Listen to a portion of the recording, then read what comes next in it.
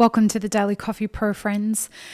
Before we get started on the podcast today, I just wanted to mention that we will be looking to start documenting your stories through this podcast. So if you are interested in telling us your story through your experience through this coronavirus outbreak, it doesn't matter whether you own a business, you're a barista, you're a roaster, you're a green buyer, you're a producer, it doesn't matter. We want to start keeping a historic account of how our industry is experiencing this outbreak.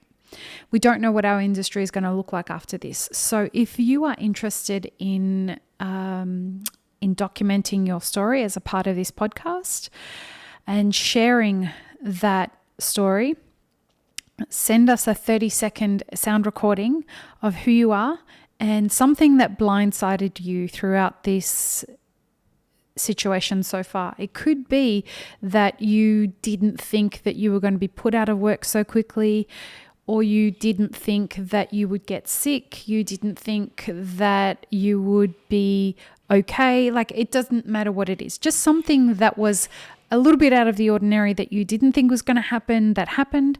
We're looking to document as many stories as possible. You don't have to have an extreme story. You don't have to have anything that is particularly like wowzers or anything like that. We just want an account of what it was like for people so that these stories can be available on the internet in 10 years from 10 years time from now, 20 years, 30 years, whatever. There's a historic account of how we as an industry experienced this situation. And we want this from all over the world. So if language is a barrier for you, don't let it be, because we will, you're welcome to record it in the language that you speak, your native language, and then we will find a way to subtitle it. So that information, again, send us a sound recording for 30 seconds, and then we'll listen to everything and then get in contact with you to set up a time for you to come on the podcast and have a discussion with us. And you can send that to support@mapitforward.org, or you can go ahead and just voice record that through our Instagram. Send us a private message and a sound recording through our Instagram @imapitforward. Today on the Daily Coffee Pro by Map It Forward, we are talking about cold brew coffee.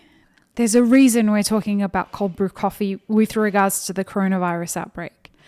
And that reason is because I'm seeing a lot of people online that are bottling cold brew for the first time and either selling it or they are giving it to healthcare workers. And this is incredibly troubling to me. As you guys know, I'm the owner of Elixir Specialty Coffee. It's a bottled beverage that we sell ready to go. It is coffee and water are the only ingredients of it. And we do a number of things to make it safe for the general public to drink. It's 12 months shelf stable, etc., etc. If you want to check it out, go to elixirspecialtycoffee.com. The problem is that with cold brew coffee, which is different from Elixir, the brew method is a secret. You all know the story. Now, the problem with the way that I'm seeing most people treat the cold brew situation is that they're making cold brew and then they're bottling it and giving it out. There is no heat kill step in there. So if you don't have a kill step, and what we mean by kill step is a step in there that sterilizes the beverage and sterilizes the container that you'll be putting that beverage in.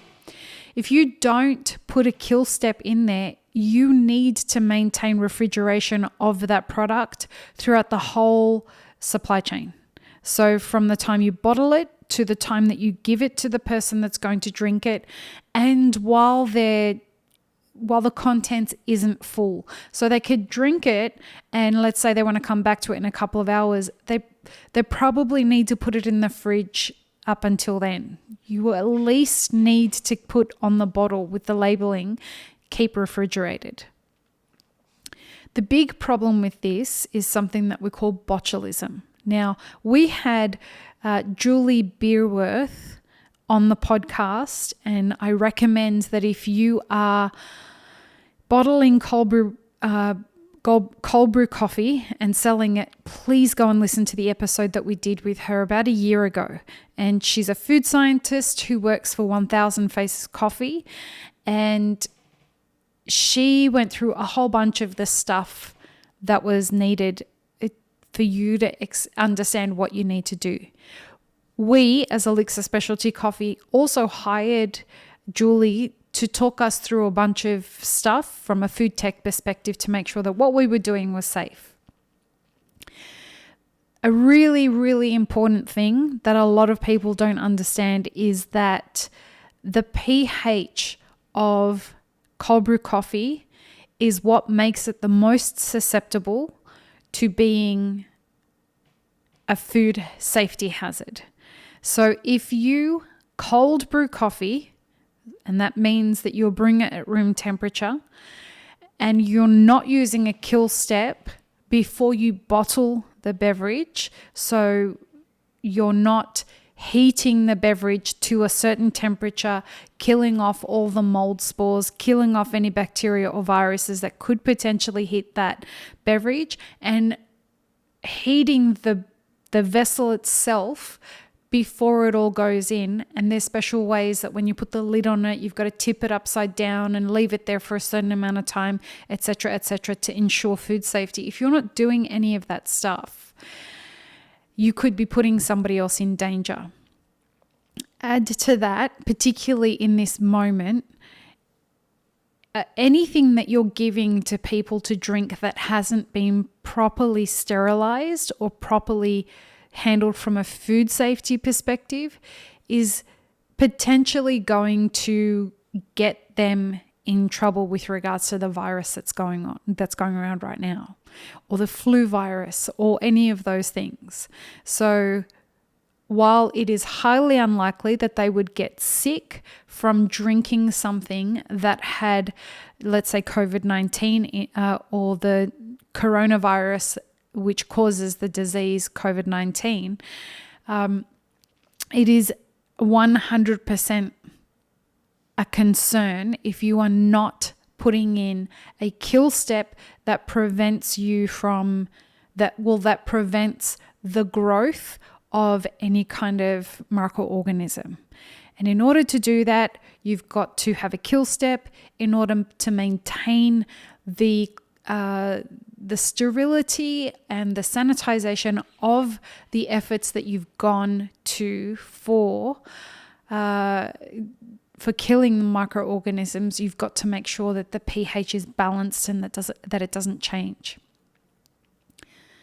If you are starting to do this, if you are starting to bottle cold brew, the safest thing that you can do if you're handing these out to people who are on the front line, make sure that it is refrigerated from the time that you make it to the time that you give it to them, and tell them that they need to drink it and refrigerate anything that is not consumed. The last thing we need is getting people sick who are working on the front line. You cannot mail cold brew to people and not tell that, like, it needs to be mailed refrigerated. Okay, so I hope that that's helpful. It is important in this time, and I love seeing so many people being entrepreneurial and trying new businesses, and it's fantastic to see all of it happening. But what's important is that we don't forget our responsibility to keep people safe and to keep people protected from a food safety perspective in our entrepreneurial endeavors. So I hope that's been helpful. If you have any questions, join us for our daily Instagram live on our Instagram at imapitforward at 4 p.m. Pacific time. Peace, love, and peanut butter, friends. Stay healthy, stay safe, and have an amazing rest of your day.